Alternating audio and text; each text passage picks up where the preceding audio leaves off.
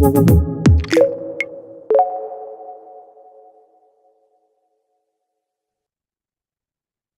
everyone. It's great to be together for this live broadcast of a question and answer session with our senior instructor, Tony Kosinec.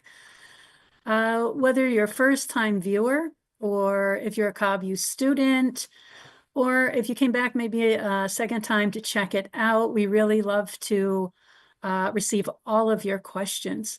So if you have a question for Tony, please post it in whatever platform you're viewing on, and we'll collect those and ask those here.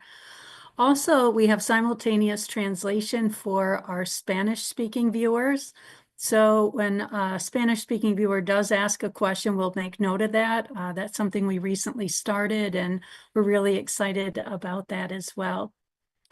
Also, we love to hear where you're viewing from today. So if you want to post your location in the chats, country, city, state, wherever you're viewing from, that's always exciting for us to know how we're blanketing the entire planet with this very special connection. Great to be with the whole KabU team. Tony, always great to be with you. Hey, Mary.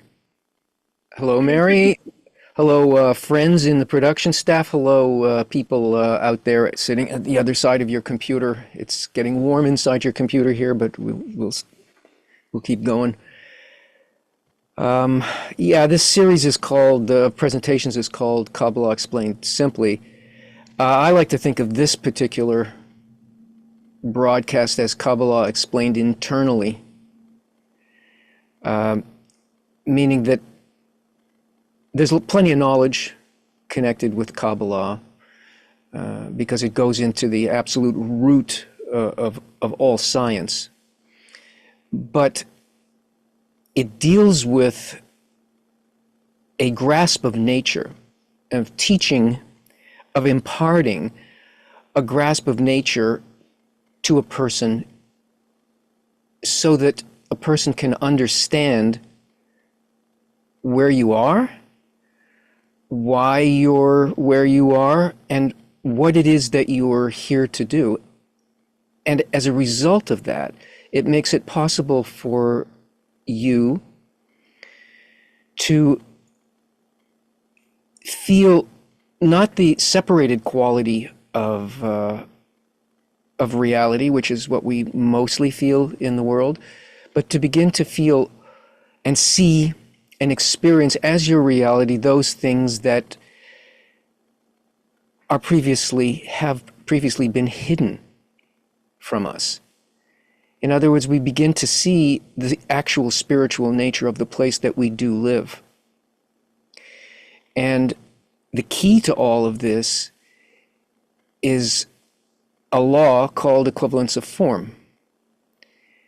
That is, in order to see the spiritual quality of the world, to be in connection with and in communication with what you might call the creator or the relationship, the intention behind everything that exists, it means that you need to learn what that intention is and make the kind of changes within yourself, acknowledge that nature is trying to change you in this way, so that your thought and your intention will be the same as the one that put all of this reality into motion. Then it becomes your thought and your intention. And from that, you can clearly see and feel the wondrous place you actually live in, and all of the separation and the pain that comes from this separation in all of its forms, the ones that you think of as being inside of you, your personal pains and loneliness and the inability to satisfy deepest needs, especially the ones you don't recognize because they're the most hidden, because they're the closest ones to the truth. Well, all of that disappears when we understand how nature works with us, because we have the same intention towards all of nature and all other people as the force that creates, sustains, and guides the reality that we're in. In other words, it allows us to take our place, our true place in reality, and to feel the fulfillment that was intended for us at the very beginning. And this is the deepest fulfillment and the greatest satisfaction that anybody can possibly feel. It's what we actually want, whether we can make that clear enough to ourselves that we can say it, never mind saying it, that we can even know that that is the thing that we actually want under everything that we think we want or say we want. Kabbalah is a method and a teaching, it's a science that allows a person to reach that equivalence of intention, equivalence of form in the heart, in the feeling place, in the internal place. And from that, and through the method and through the teaching, a person comes to their rightful place in reality. And as I said, to that complete fulfillment. And that is the inner aspect of Kabbalah. That's what it's for. That's its gift. And it doesn't just change you, it changes everything. Because when you see things as they are, you don't stumble over them. You don't make mistakes because it's not really you or the separated you that's doing the things that you're doing that end up being mistakes. When you have the same intention as the upper force that created you, it's really the upper force that is doing these actions. And you know that that's so, and you are also part of it. So that's the inner aspect of it. I mean, there's much more to it than that. And let's see if we can open that up a bit through the questions that you have in general about Kabbalah. Mary, let's have the first question. Okay, great. Thank you, Tony. The first question comes from Gramsy, viewing on YouTube. Could the 4 dimensions between us and the divine source be applied to the physical dimensions labeled in string theory? There are 4 levels of life, but string theory is not related to Kabbalah, and the name of God, the 4-letter name of God, are these 4 levels, and these 4 levels appear on every strata of reality. In the physical world, they're called still, like all of the hard substances of the universe. The animate level, the vegetative level, that is the plant level that we see in this world, the animal level and the human level, and then there's even a point on top of that human level, but it's still part of it, and that's speaking level. All reality has these 4 levels in it, and it relates actually to how a desire evolves from its being created by the upper force to it having its own desire and life. That's what that's about. String theory has me in knots. I don't think there's much to it, but that's me. And next question, Tony, comes from James Sharon, viewing on Instagram. The creature limited its capacity to receive. Is this correct? And if so, why? Say that again, the creator, what? The creature limited its capacity to receive. Is this correct? And if so, why?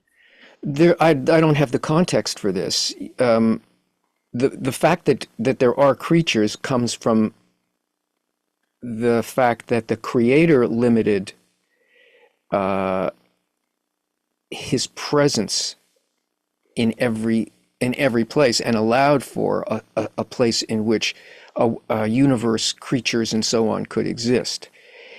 In the ascent of the person, in other words, in the growth of a person to be able to perceive all of this and that spiritual, endless, eternal quality of life, then the creature also inwardly needs to learn how to restrict their desires so that the desires, the fulfillment of the desire will serve exactly the same purpose as the one that that the Creator had in creating the creature and everything else. That is an expression of equivalence of form. So attainment and perception come from the correct use of the reception of a desire, and that's what Kabbalah means. The word Kabbalah means reception. It's a Hebrew word, which Hebrew is the Kabbalistic language, which means how to receive in order to perceive and be in contact with the upper force. So yes, it's correct that if that's what you want, then one has to learn how to restrict something and just take it directly into your desire by adding an intention that it should be for the fulfillment of others in the same way that the Creator has done this in creating creation. Mary? Next question comes from a Spanish-speaking viewer, Gerald Drivia. Does evil exist in this world, or is it an error of our perception? Well, as long as it's an error it's not just an error of perception, it is a condition of the nature of our desire. For whom do we want the things that we want? Evil comes from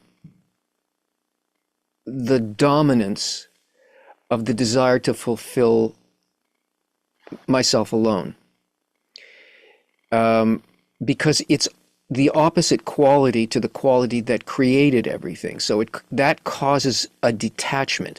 And also you can see that a selfish intention will always lead me to do something that is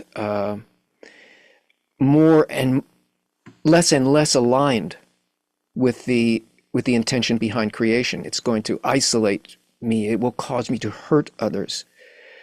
I will stop being able to consider others as I go further and further into self-protection against the separation that I've created, and then I need to lie about it and I have to fool myself. So you can see that these two qualities go into different directions.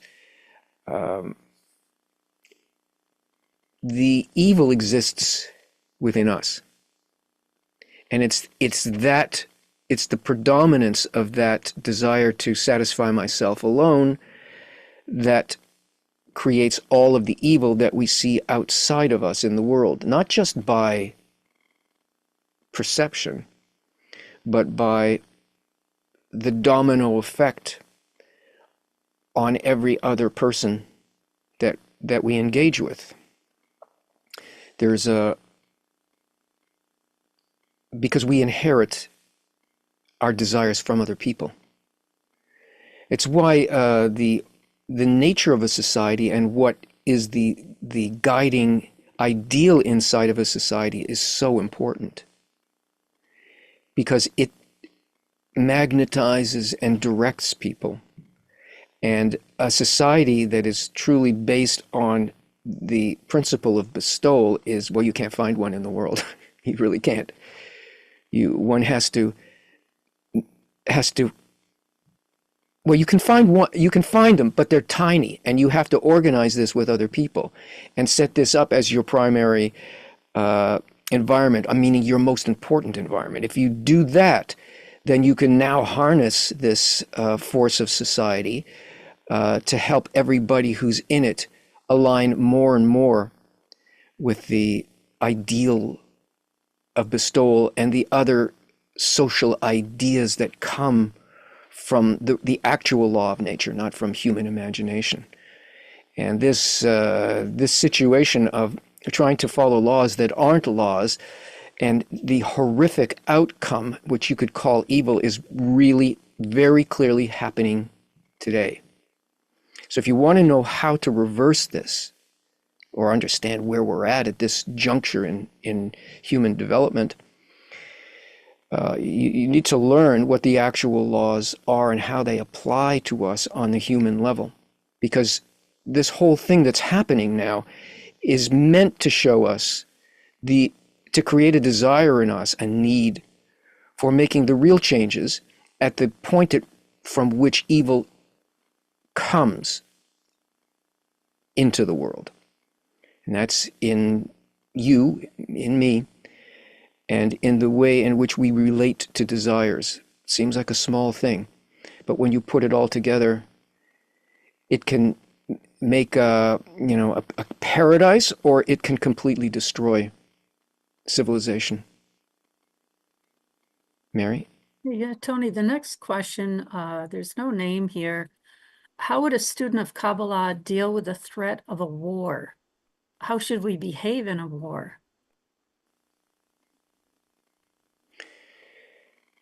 Well, if there's a war, then there's somebody coming to kill you. You make your strategy, you collect your forces, and you fight that, because the most valuable thing that you have is your ability to develop and evolve in this world. So you need to respond on the level of the threat and make sure that it's possible for you, and also for the enemy who is attacking you, to continue to evolve towards correction and towards the real goal. And everything that happens is coming from a single source for a single purpose. That single purpose is your development, evolution, and the world's complete fulfillment. So we need to, one, recognize where it's coming from. It's coming from the Creator, or from the upper force that guides all events. The purpose of the event is to create a need in us for the right thing, and to respond in the right way according to the force of bestowal rather than the force of reception. And finally, you have to take the appropriate steps to protect your existence and the existence of what appears to be your family and so on, so that you can show that you too value this process and life that you were given, and you believe, you accept in your heart that the ultimate end of this is your correction and the perfection that you would call real peace. Next question, Tony, is from a Spanish-speaking viewer, Cristobal. Hello, Tony. Do you feel connected to Hashem most of the time of your life? I guess she's asking me a personal question. A person can be in direct connection with the Creator and know that that's happening. Can feel it. It can be a part of it can be one's experience of reality. Yes, that is the goal. That's the goal of everything that's happening in your life, is to bring you to that. So rather than answering personally, the wisdom of Kabbalah wouldn't exist, nor anything in reality, if that were not the case. Yes, a person can come to that.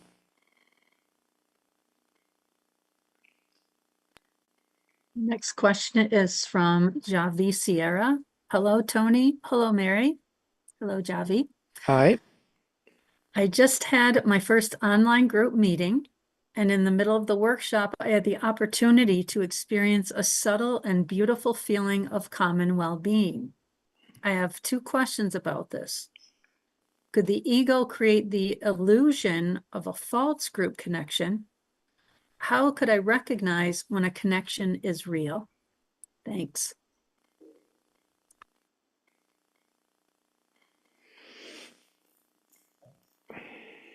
It's a complicated question. First of all, from what you have said, I don't think it was false. It was real. Because it's so bottled up and hidden everywhere else in life. It's under such pressure of being constricted and out of our sensation, because so few things in the environment that we normally live in allow it to appear. That it appeared in that situation is natural and real, because that's what the situation itself is all about. Everybody there wants that. You want that. That's the reason you're there. In other words, that's the intention behind the connection. For you to feel it, for them to feel it, you want them to feel it, they want you to feel it, they want to be able to feel it. It's only about that. How you can tell if it's real is whether you are challenged after the fact, after this free gift, this good feeling. Whether you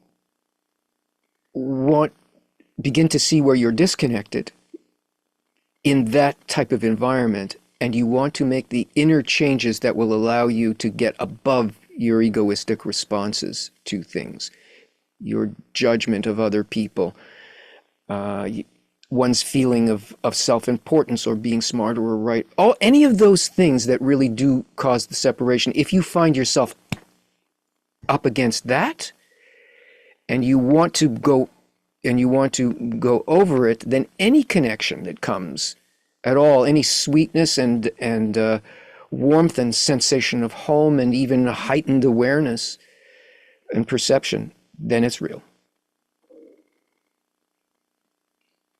Next question, Tony, comes from a Spanish-speaking viewer, Luisa Saavedra Tomeo. Tony, yesterday there was a repeated class of the Rav, that's our teacher, Dr. Michael Lightman, in our vote, special broadcast platform, who told us that everything we live is false. The only true thing is to reach Lishma, which is the connection with the Creator. Now, how do we face a painful or difficult experience without becoming irresponsible, knowing that it is false?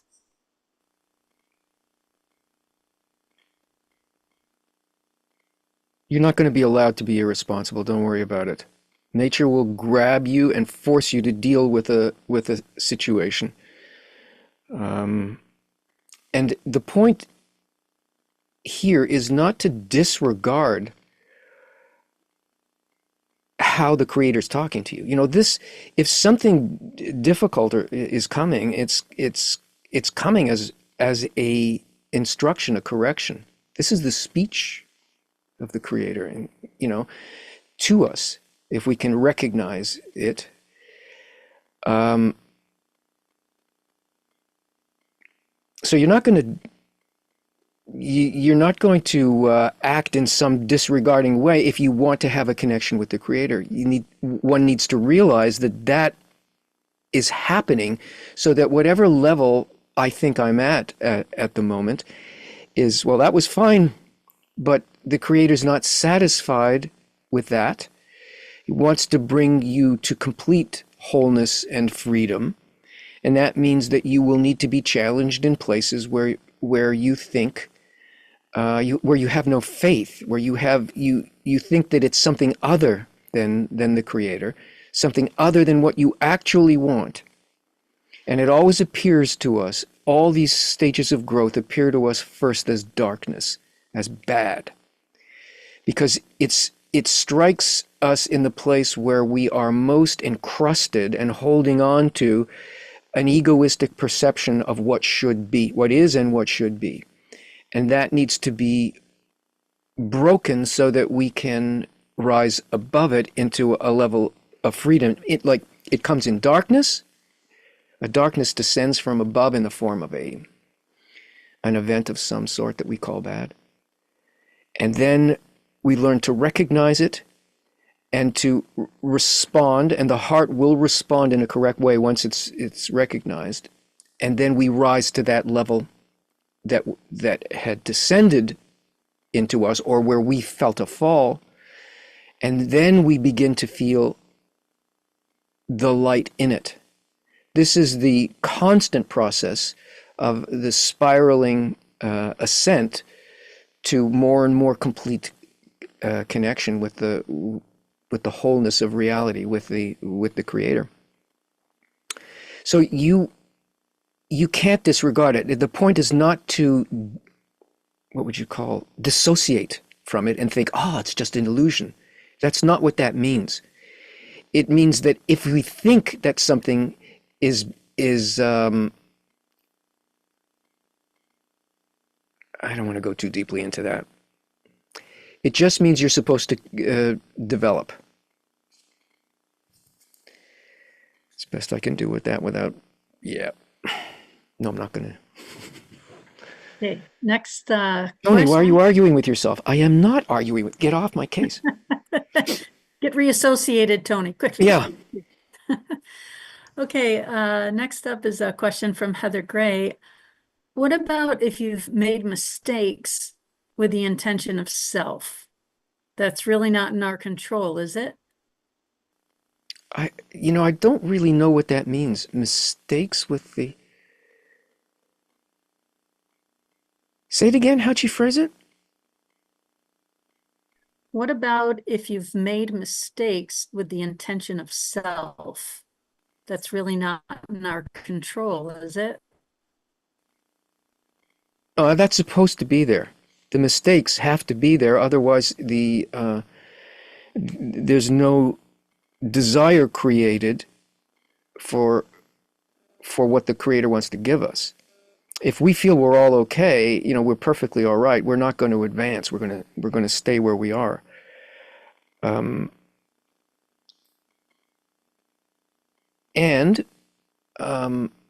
Every time that happens, it's a completely new world, completely new reality. You don't need anything about that, because when you change in the present, all of your past changes according to the change that you're making in the present.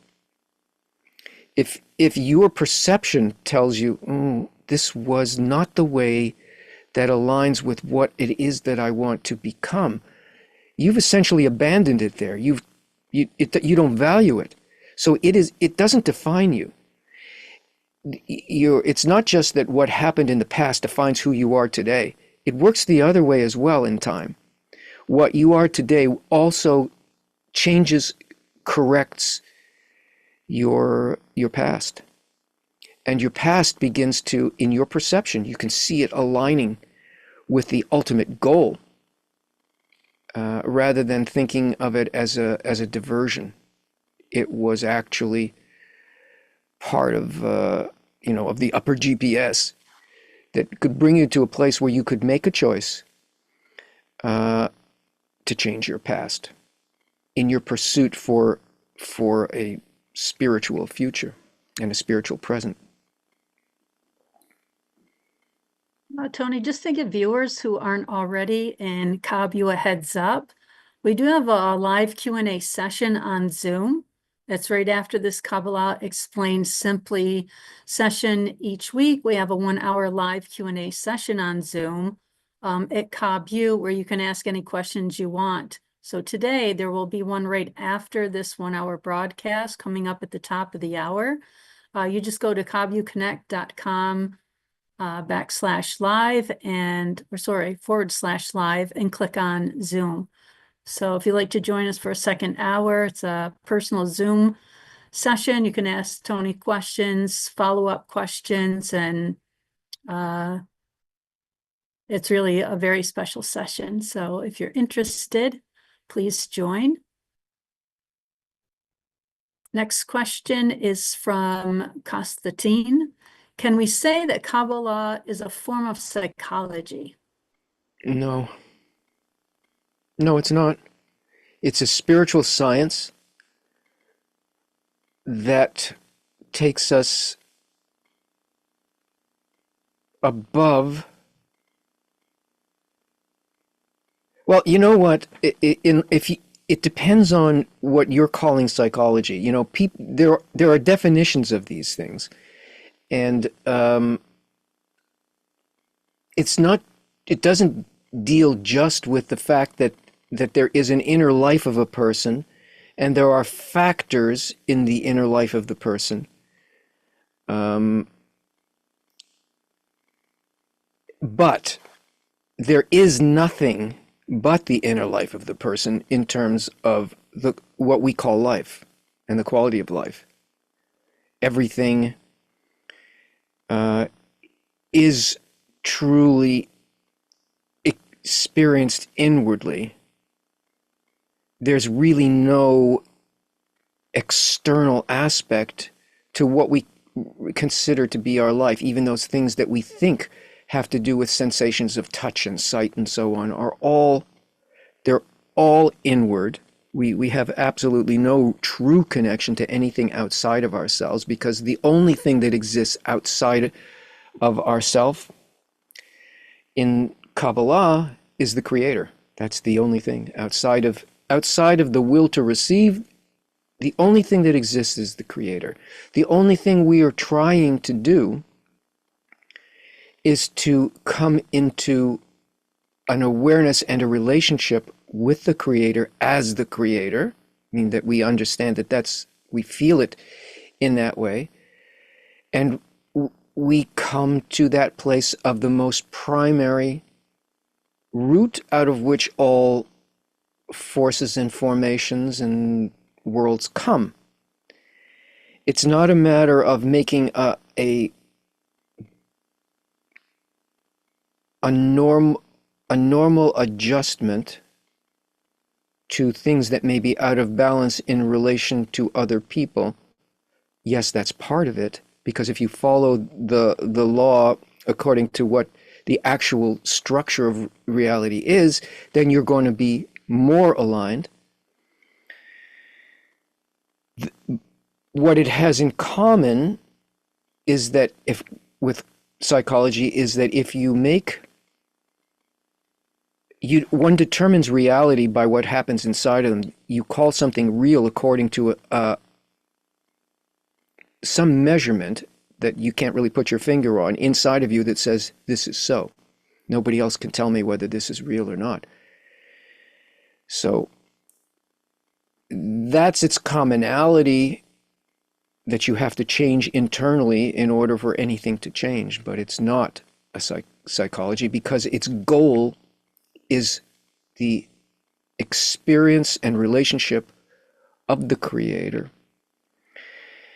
not just the adaptation to society, let's say. Not just that, yeah. I guess I'm going in a circle here. Tony, Heather Gray has a follow-up question. Her question before was, what if you've made mistakes with the intention of self? That's really not in our control, is it? Her follow-up question, she said, meaning like bad things. What if you have hurt people and you feel guilty? Well, I understood the question that way. Even if you've hurt people and you felt guilty, if your intention and your actions and your commitment now is in a completely other direction, what happened to you in the past, you hurting people, has brought you to a place where you have found a correct direction and are asking for the ability to do good to people. That's where you're at now. So don't hold on to that. That was there to get you here. It's the same answer. It's fine. Were you in control? No, we're not really in control of anything. The one thing we're responsible for is our response to what's presented to us. Now your response is completely different. It's completely different. You are not the same person. Tony Gramsci is asking, would there be a way in theory to understand or even apply or prove a Kabbalah framework through science?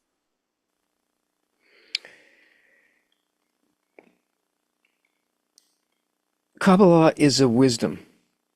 Science is a wisdom of physical reality.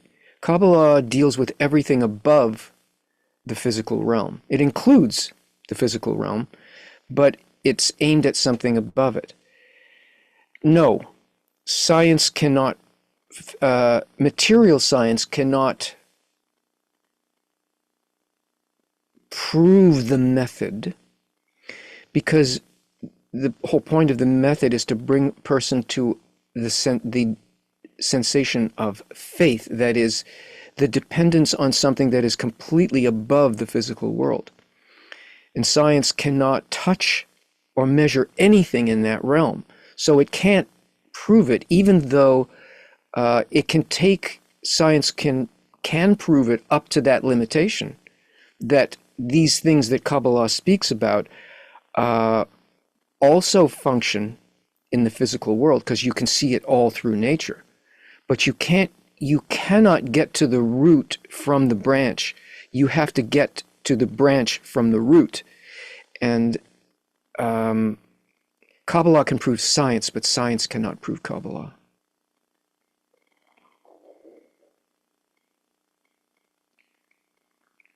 Okay, thank you, Tony. Just going to some locations here. We've had a number of viewers post where they're tuning in from today.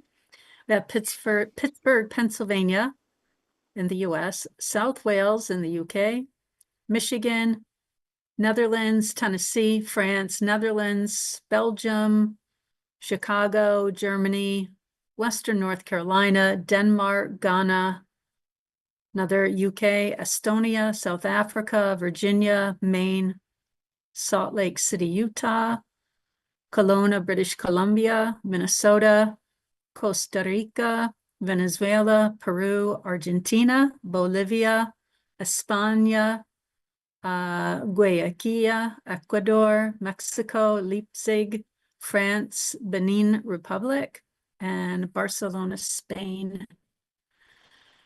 No other planets? Time in the broad. There's no Pluto, Saturn today.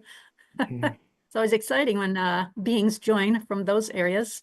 You can still add locations. We still have time in the broadcast. I'll announce those before we close out. Next question comes from a Spanish viewer. Sameyer. Why is love of neighbor considered the one overarching principle of the entire Torah? What role does it play in the correction of the soul and in the connection to Ein Sof? Ein Sof is a complete whole without, nothing is differentiated there. It is a complete, simple light. It is life and the essence of life without any limitation at all. We are not billions of individuals. We are also a single soul, a single quality created opposite to the quality of the Creator. That is, all of the billions of people that we see are expressions of a single creature.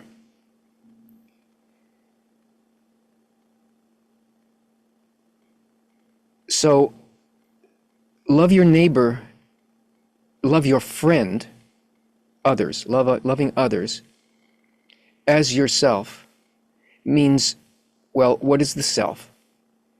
In the case of Kabbalah, the self is the ego, the desire for my own fulfillment. How do I love myself? Unendingly. No matter what my poor self wants, I will give myself anything it wants because, oh, I am so deserving, so sensitive, so needy, so worthy that I put myself and my needs first. I don't even think about this. I'm built this way. This reinforces the perception of separation. In order to feel and have a relationship with the upper force, I need to be in equivalence of form with it. So how should I relate to all of the other broken parts of this single soul? But to see them all, that they are really shattered part of me. That my concern, which I now keep only for myself, that my actions and my desires and the fulfillment of my desires should be in order to serve those people around me, that is the medicine, that is the reconnection of the shattered parts of a single soul through an active intention on my part. Love your friend as yourself, exactly as yourself. See, understand, feel, experience others. It's a commandment, and it is the end result and the fulfillment of the entire path, to feel that all that I see is really a single creature in relation to the Creator. Now I can be in relation to the Creator, and any degree that I feel that way towards others, I am feeling the same thing that the force that created us feels, to create a creature and to completely fulfill it. Well, so am I if I love my friend as myself, not myself as myself, but my friend as myself. That all of this was created as one quality against the quality of the Creator and is in relation to the Creator. But as long as I hold myself back from it, which is through my desire to fulfill myself only and first, then I'll never sense any of those things. The feeling, the sensation of love your friend as yourself is the sensation of Ein Sof. It's the commandment, it's the beginning, and it's also the end and complete fulfillment of the purpose for which we were created. Mary. Ingrid is asking, how do we deepen a connection?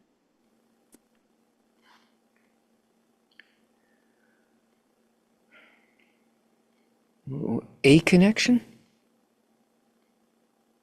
Or the connection? Yeah, that's how she worded her question. How to deepen a connection? Well, let's if you are relating to another person, you think about that person. The more you think about the person, the more you're going to sense them. The more you replace them, you're recreating their experience, their need, and so on as best you can, and naturally so, in your own heart. The more you think about a person, really, the more you love them. If you have a connection with them, that will magnify it. It'll enhance. You'll be thinking about how to make their life good. You recommit over and over again, even if the connection is broken. You deepen it by making a connection over the broken part. Yeah.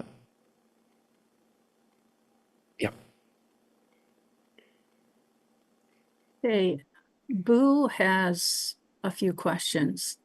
Boo? Boo! Oh. Boo! Okay. Okay, seriously, BOO is the person asking the question. I'm seriously scared. Okay. I was at first. Now I'm good. If all of humanity, like each one of us, are bound to end one day, what does for the good of others mean? How can anyone possibly do other than the Creator's will? Why study Kabbalah? Aren't there better things to do? You cut out for a bit, so I need the first part of the question. Okay, sure. What does for the good of others mean? How can anyone possibly do other than the Creator's will? What was the first part about we're all going to die? Well, that was basically it. And put a different way, if all of humanity like each one of us are bound to end one day, what does for the good of others mean? Well, since you're, the first part of the question is like this. Well, if we're all going to die, why should I even give a crap about what's going on here? I mean, what difference does our created condition mean in terms of what will make for a good quality of life for others? Boy,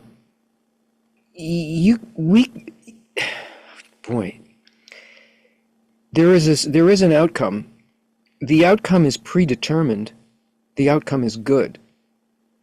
But the path to that outcome, whether that's a pleasant path or a torturous path, is dependent on our agreement with it. Yes, all these things are going to happen to us, including the spiritual development. Humanity is going to be brought to a complete fulfillment because that's why it was created, and nothing can stand against that. Yes, we are completely within, there is nothing but the Creator's direction and intention. The question is, are we enjoying it, and are we aligned with it through an agreement with it? And that agreement means that determines the quality of our experience and the experience of everybody else in this divine river, so to speak, in this divine flow. And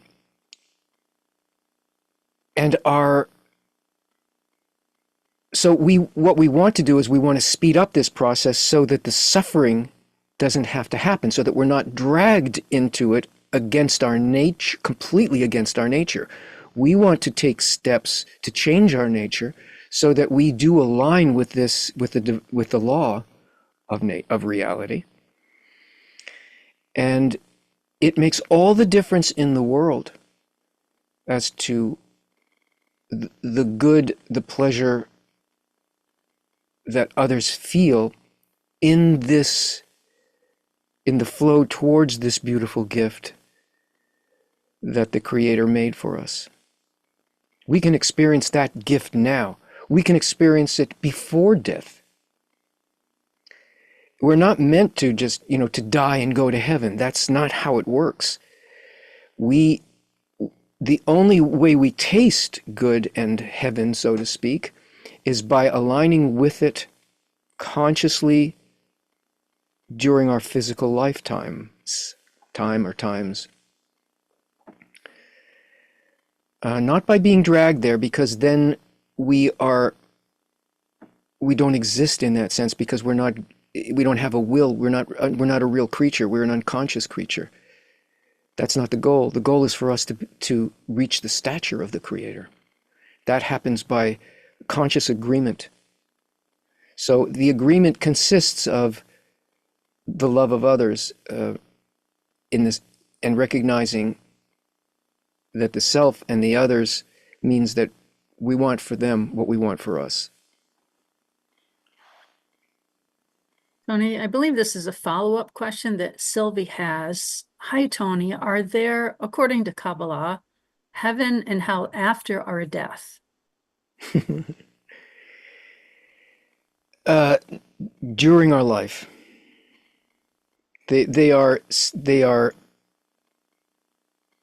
states in our development, and they're much higher states than the state that we're in this world, where all of spirituality is completely hidden from us. They are much more exalted states of one sort or another, of the recognition or awareness of our what appears to be a limitation, and what it is possible to attain and overcome. They are not some kind of corral that happens after a person's existence. People reincarnate until we reach heaven or paradise, or like the fulfillment, without all the fancy words. that was intended for us. Nope. After life comes life and more correction until we reach the intended gift at the end. Okay, from Miguel Yamin, Spanish-speaking viewer. Hi, Tony. Thanks for this live session. How do we deal with the day-to-day emotional ups and downs in our Kabbalah work? Keep going. You keep going. You should, it's supposed to happen this way. That's the way nature works with us anyway. All that's happening is that you're learning how to ride the Bronco. That's it. You understand that that's how nature works, that it's a spiral development, that you must fall or feel that you are hurting or disconnected or in doubt in order to be given. It just means there's a greater light, and you need to remember where it's coming from and take any action you can, and you need to ask for help. That's the basic overcoming, is to recognize that your nature is not at all capable of achieving the goal.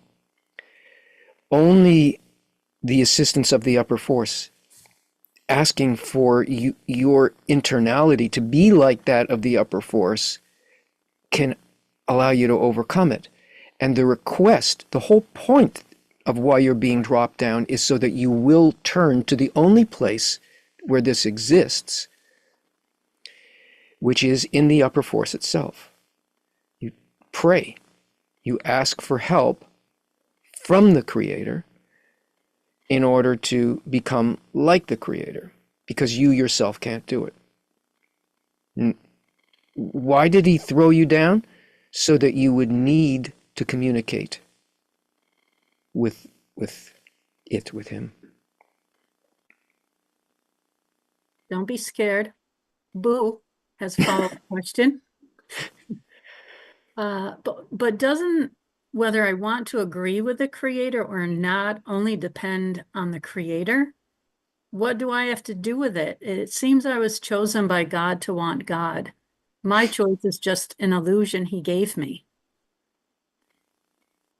No, there are repercussions from not choosing. Kabbalah is not about going with the flow. None else besides him does not mean that we have no responsibility. Yes, what you're saying is true.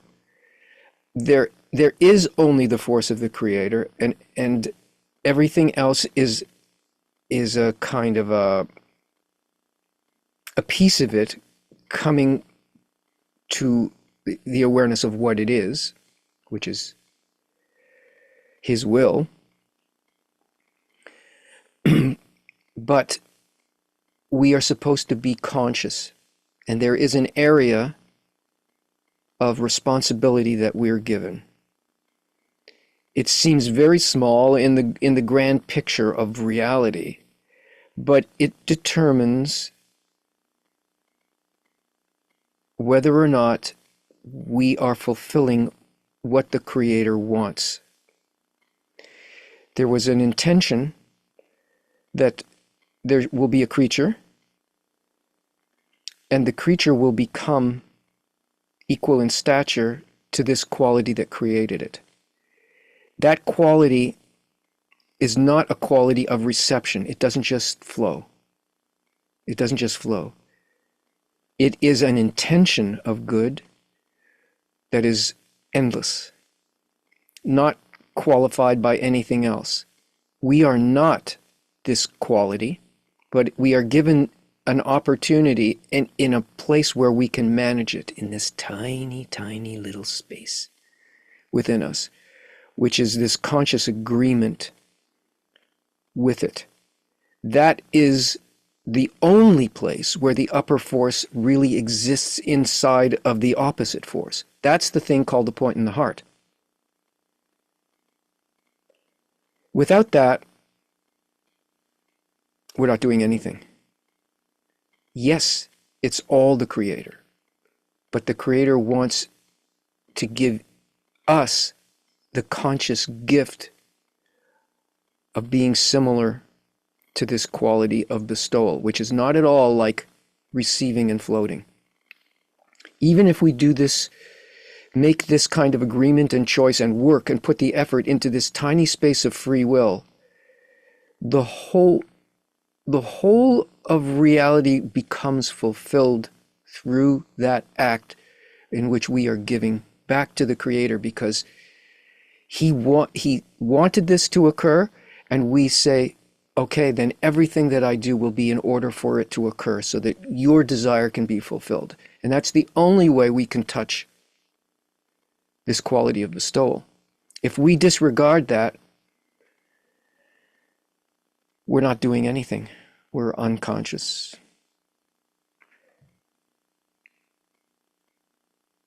Tony, I just want to go back to locations before we run out of time. So before the next question, other viewers are tuned in from Santa Monica. It's in California, Detroit, Michigan, Tehran, Iran, New Zealand, DS, used to be Northville, Ramey, New York, Veracruz, the UK, Ecuador, Medellin, Canada, Pennsylvania, Venezuela, and Uruguay. Thank you so much for sharing these locations with us. It's always very inspiring to see that the whole world, viewers from the whole world, have the desire to connect to this wisdom. So thank you so much for sharing. Bahrain is another one that was just typed in. Okay, you can keep adding them if there's a few more. I'll go down the short list before the announcements at the end of the broadcast. The next question is from a Spanish-speaking friend, Ruby Sosa Carranza. Oh my gosh, I have to say it again. Ruby Sosa Carranza is saying, hello, good afternoon. When love for friends is achieved and I lose myself in them as if they were myself, in that state would I enter into absolute love? Is that how nature works in love and bestowal? There's more to it than that. But yes, that's the way it works. That's the way it works. But there's so many details, and there's so much texture and color and adventure in that entire process. There's such fulfillment and mystery in, and it includes, that description includes everything that happens in life that we're aware of, and all the things that are still hidden from us, and its revelation, the whole wonderful adventure of revelation and the discovery of what it is within us that begins to uncover the actual quality of the true reality. But it happens through that one process, basically. Yes, that's how it works. Also from a Spanish-speaking viewer, Mirbavi Baeza Viadel. When in life we have chaos in many facets, where do we start? Would it be right to ask for someone to cross our path and need our help? Thank you very much. Everybody needs your help. In the next moment that you relate to somebody, anybody, the next person who crosses your path, your attitude towards that person, why you're interacting with the person, is where you start. Everything is there, because every person is a messenger. Behind every person is the Creator. The only thing that the Creator wants from us is to evoke His quality in our heart.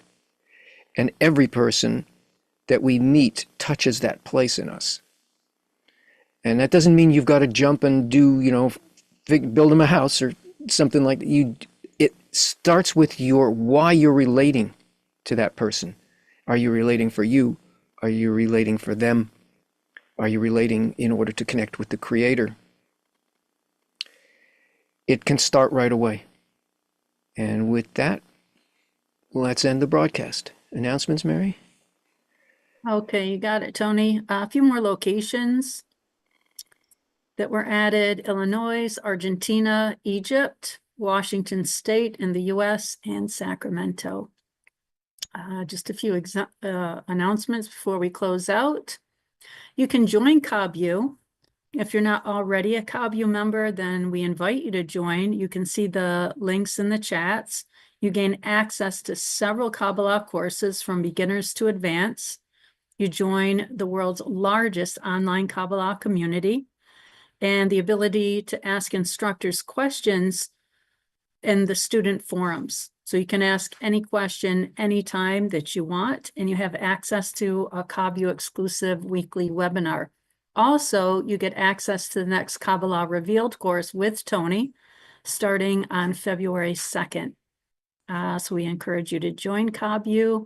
You can also support KabU. You can become a member, get access to all the KabU courses, be in a thriving community of like-minded spiritual seekers. You have video on demand, exclusive weekly live events, and much more.